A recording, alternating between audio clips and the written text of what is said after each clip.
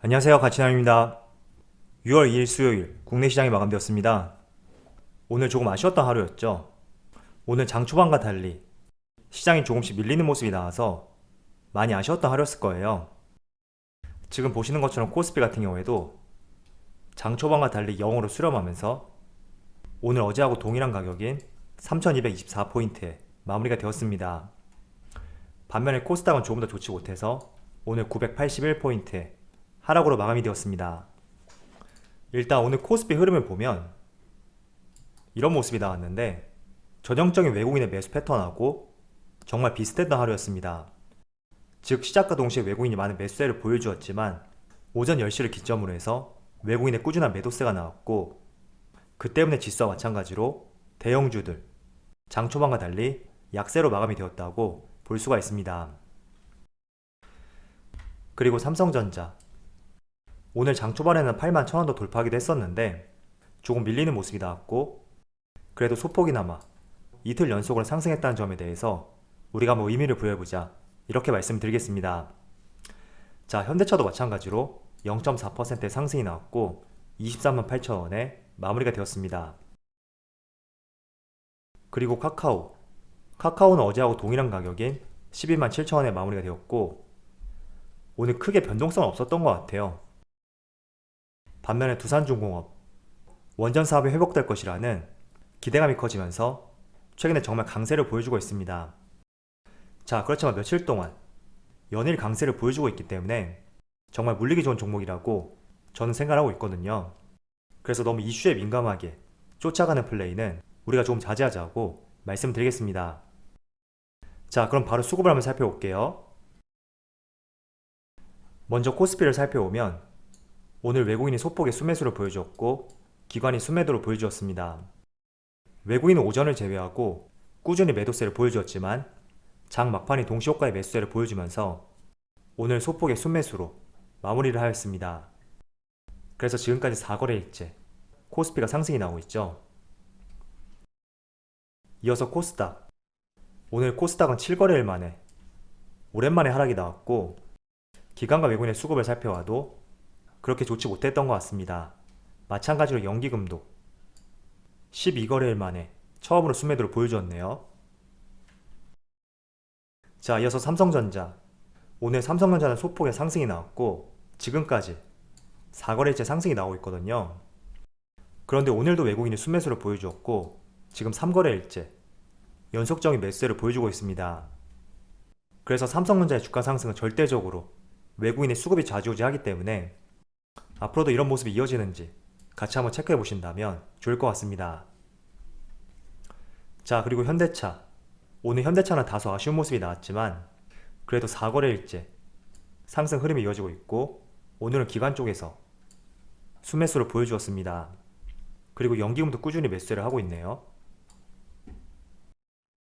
그리고 카카오는 어제하고 동일한 가격에 마무리가 되었지만 오늘 기관과 외국인은 순매도를 보여주었습니다. 자, 그리고 두산중공업 같은 경우에는 본격적으로 5월 17일부터 이때부터 상승 랠리가 시작이 되었는데 그래도 전반적으로 수급을 보면 외국인과 기관 많은 매수를 보여주진 않고 있습니다. 전체적으로 개인이 주도를 하고 있고 또 기관 하나 꼽아보자면 연기금과 개인이 주도하고 있는 그런 종목이라고 보여지거든요. 그래서 너무나 강한 상승이 나온 만큼 이 종목도 보유자의 영역이라고 생각을 하고 있습니다. 자, 그럼 주체별 매매 동향에 대해서 살펴보도록 하겠습니다.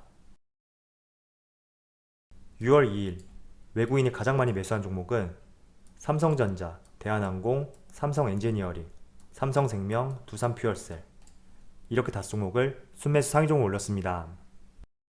삼성전자를 가장 많이 매수했네요.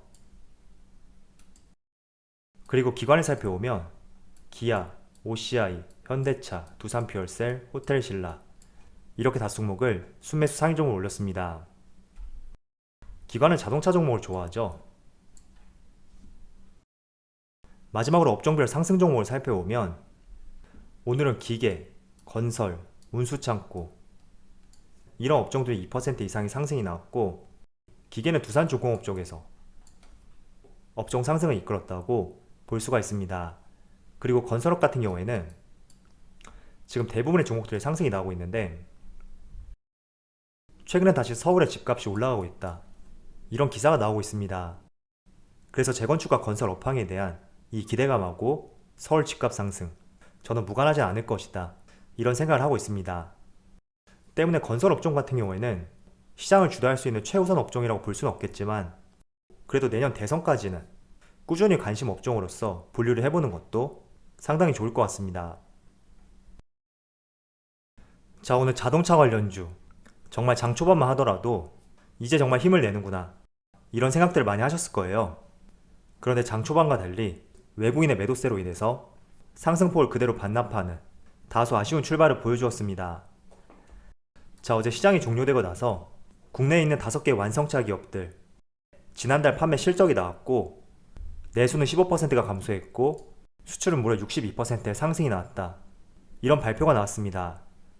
그래서 5월달은 반도체 품귀 현상이 정점에 달하는 한 달이 될 수가 있는데 종합적으로 봤을 때는 판매량이 상당히 긍정적이었구나 이런 기대 심리가 작용이 되어서 오늘 오전부터 정말 강한 모습이 나왔다고 생각을 하고 있습니다.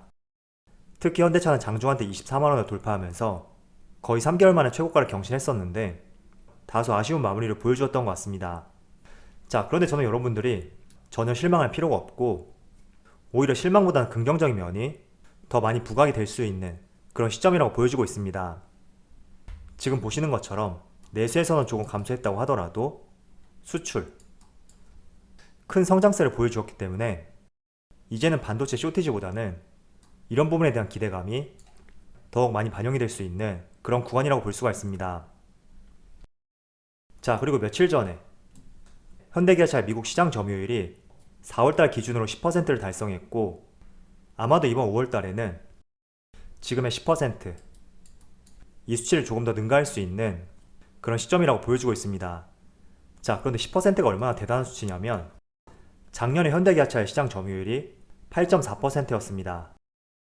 그런데 현대기아차가 가장 실적이 좋았고 주가도 가장 강했던 2012년 당시에는 시장 점유율이 한 해 동안 8.7%에 불과했습니다. 그래서 그런 측면에서 봤을 때 지금 이 10%라는 수치는 우리가 굉장히 의미를 부여해 볼 수가 있고 또 5월 달에는 많은 글로벌 자동차 기업들의 반도체 수급 불안정으로 인한 감산 이런 내용들이 정점을 달했던 그런 시점이었으니까 아마도 현대기아차의 시장 점유율이 4월보다는 상승할 가능성이 높다고 보여지고 있습니다. 아마 5월 달에 미국 시장 점유율 같은 경우에는 6월 말쯤에 발표가 될 거예요. 한번 참조해 보시면 좋을 것 같고요. 그리고 미국 시장 같은 경우에는 전 세계 글로벌 자동차 기업들이 기업들 간의 각축을 벌이고 있는 시장 중에 하나입니다. 그래서 미국 시장을 점유한다는 것은 그만큼 세계 시장을 진출하는데 하나의 출발점이 될 수 있다. 이런 시각들이 있거든요. 그래서 날로 증가하고 있는 시장 점유율 조금 더 긍정적으로 보셨으면 좋겠습니다. 자, 어제 저녁에 이런 내용이 하나 나왔는데 한번 타이틀을 읽어보면 애플카로 거액 차이, 현대차 임원 5명이 더 있다. 이런 타이틀의 기사가 나왔고 또 세부적인 내용을 살펴보면 금융감독원에 따르면 지난 4월부터 현대차 임원 12명이 애플카 이슈를 통해서 많은 시세 차익을 거두었다. 이런 발표가 있습니다. 자, 그래서 어떻게 보면 미공개 정보죠. 애플카 이슈로 매수했고 또 애플과 개발 협의를 하지 않겠다. 이런 발표가 나온 시점에 매도함으로써 조금은 시장에 알려지지 않았던 미공개 정보를 이용해서 어떻게 보면 수익을 거두었다는 그런 기사가 될 수가 있는데 저는 이런 내용을 보면서 아무리 시장이 건전해진다고 하더라도 지금과 같은 내용은 꾸준히 나올 것이고 앞으로도 발생이 될 것이다. 이렇게 생각하고 있습니다. 그래서 항상 우리가 투자를 할 때는 기관과 외국인, 이 주체들에 비해서 정보력이 떨어질 수밖에 없다. 조금은 억울할 수는 있겠지만 이 점을 인정해보면서 항상 투자할 자세가 되어야 된다고 생각하고 있습니다. 자, 그래서 우리가 항상 매수할 때는 어떤 특별한 재료, 이벤트성 이슈 이런 내용을 접한 뒤에 뛰어드는 것은 어떻게 보면 한 발 늦을 수 있는 타이밍이 될 수가 있습니다. 그래서 항상 우리가 투자할 때 어떤 특별한 재료, 이슈 이런 것들을 쫓아 매수하는 것이 아니라 실적에 기반을 두고 매수할지 말지 이런 것들을 결정해야 된다고 저는 생각하고 있습니다. 그래서 현대기아차도 마찬가지죠. 우리가 애플카 이슈 때문에 매수를 했다면 힘들어 하시는 분들이 많으실 거고 반면에 작년부터 현대기아차의 수익성이 개선이 되고 있고 친환경 자동차에 대한 기대감, 그리고 커지고 있는 시장 점유율, 이런 부분에 중점을 두면서 투자하신 분들이라면 조금 더 안정적인 투자를 하고 있을 거라고 생각을 하고 있습니다. 그래서 이런 내용들이 솔직히 달가운 내용은 아니죠. 그렇지만 아무리 시장이 건전해진다고 하더라도 끊임없이 발생이 될 것이고 몇 년 뒤에도 또 이런 내용은 언제든지 나올 거라고 생각을 하고 있습니다. 그래서 조금은 투자를 할 때 투자하는 방향성, 이 방향성을 잘 고려해 보면서 이슈를 쫓아가기보다는 항상 실적과 모멘텀에 기반을 두어서 투자하자고 말씀을 드리겠습니다. 제 생각에는 기아도 마찬가지일 거예요. 이 당시죠. 이때 기아가 16%의 강한 상승이 나왔었는데 장 종료 이후에 현대차보다는 기아 쪽에서 애플과 협업을 할 수 있다는 그런 이슈가 나왔습니다. 그래서 실제로 개인들이 정보를 접했던 시점이 1월 19일 화요일 장 종료 이후가 될 수가 있는데 미리 주가는 16%의 강한 상승이 나왔거든요. 그래서 개인들이 그 정보를 이용해서 아마 투자를 하셨다면 1월 20일이죠. 이때부터 매수를 하셨을 거예요. 그래서 개인들은 정보력이 떨어질 수밖에 없다, 이런 생각을 가지고 있고, 또 이와 같은 이슈가 아니더라도 아마 다양한 기업들이 조금 솔깃할 수 있는 그런 재료들이 발표가 되면서 주가가 크게 급등을 하는 그런 사례들이 빈번할 텐데, 항상 그런 이슈를 보면서 투자할 때는 우리가 한 발 늦을 수가 있고 오히려 물리기 딱 좋은 기회가 될 수가 있으니까 그런 이슈와 재료를 쫓기보다는 실적, 성장성, 이런 것들을 보면서 투자하자고 말씀을 드리겠습니다. 자, 최근에 외국인의 매수세를 보시면 5월 중순에 정말 강하게 매도세를 보여주었지만 그래도 5월 말부터 조금은 매수세를 보여주고 있고, 또 오늘과 어제 순매도를 보여준다고 하더라도 그렇게 큰 규모에서 매도세를 보여주지 않고 있습니다. 자, 그리고 환율을 보시면 지금 원달러 환율이 5월 중순에 1135원을 형성했고 그 이후부터 지속적으로 내림세를 보여주고 있거든요.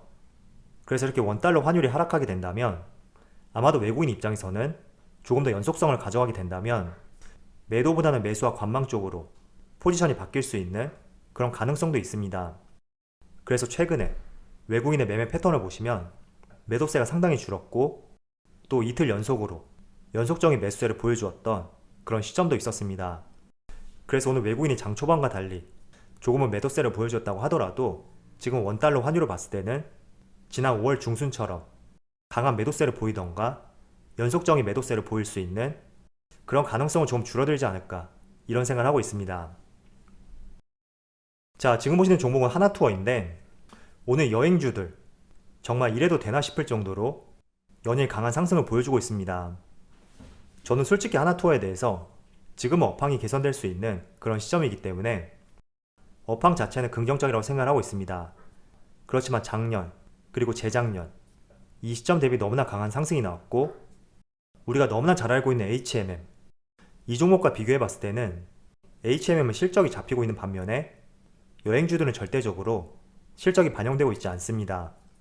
그렇기 때문에 저는 여행주에 대해서는 조금은 보유자의 영역이지 않나, 이런 생각을 하고 있고, 혹시나 여러분들이 보유하고 계시다면 언제든지 수익 실현할 수 있는 그런 타이밍을 가지고 가야 된다, 이런 말씀을 드리겠습니다. 자, 오늘 여행주뿐만 아니라 항공주, 대한항공은 무려 6% 이상의 정말 강한 상승이 나왔습니다. 사실 대한항공 같은 경우에는 조금은 여행주와 연관성이 깊은 기업이 될 수가 있는데 최근에 화물 운송이라는 모멘텀이 추가가 되었기 때문에 작년에도 코로나 상황에도 불구하고 흑자 기조를 보여주었습니다. 그래서 항공주에 대해서는 여전히 관심 가지기 좋다, 이런 생각을 가지고 있고, 그리고 최근에 소비와 관련된 종목들을 보시면 정말 강한 상승이 나오고 있는 그런 종목들이 많습니다. 자, 가장 큰 이유가 바로 코로나 백신 접종률이 올라가면서 지금 이러한 상황이 벌어지고 있는데, 제가 하나 차트를 보여드릴게요. 자, 좌측에는 이스라엘이고요, 우측에는 미국입니다. 5월 31일 이틀 전 기준인데 지금 이스라엘 같은 경우에는 올 초에 10,000명 가까이도 나왔던 확진자 수가 이틀 전에는 17명으로 정말 크게 하락을 하였고, 미국 같은 경우에도 20만 명을 훌쩍 넘었었는데 이틀 전에 5,600명으로 정말 크게 감소하는 모습을 보여주었습니다. 그래서 확실히 효과가 있구나 이런 생각이 들고요.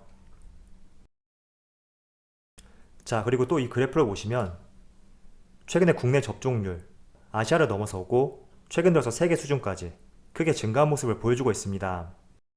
자, 그래서 이런 부분 때문에 최근 들어서 급격하게 증가하고 있는 백신 접종률, 이런 기대감이 반영이 되어서 여행, 항공, 소비와 관련된 종목들 크게 상승세를 보여주고 있고, 오늘 발표된 기사에 따르면 12%까지 접종률이 올라갔다고 하더라고요.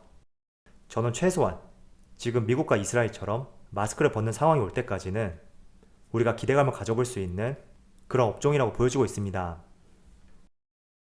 그래서 너무 가파른 상승이 나오지 않는 구간이라면 한번 관심을 가져보시고, 또 눌리는 구간을 활용해서 조금씩 분할 매수 관점으로 여러 종목들을 한번 체크해 보신다면 분명히 6월달에는 좋은 수익을 낼 수 있는 기회는 찾아올 거라고 말씀드리겠습니다.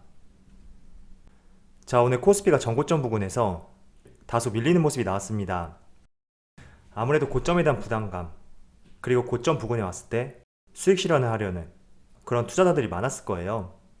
그래서 다소 아쉬운 모습이 나왔지만 저는 충분히 우리나라 시장이 지난 1월달의 전고점 3266포인트를 돌파할 수 있을 거라고 생각을 하고 있습니다. 그래서 같이 한번 지켜보시고요. 이번 6월달에 한번 시원하게 돌파할 수 있는 시점이 되었으면 좋겠습니다. 자, 그럼 오늘 영상 마치도록 하고요. 언제나 여러분들의 성공 투자를 기원하도록 하겠습니다. 감사합니다.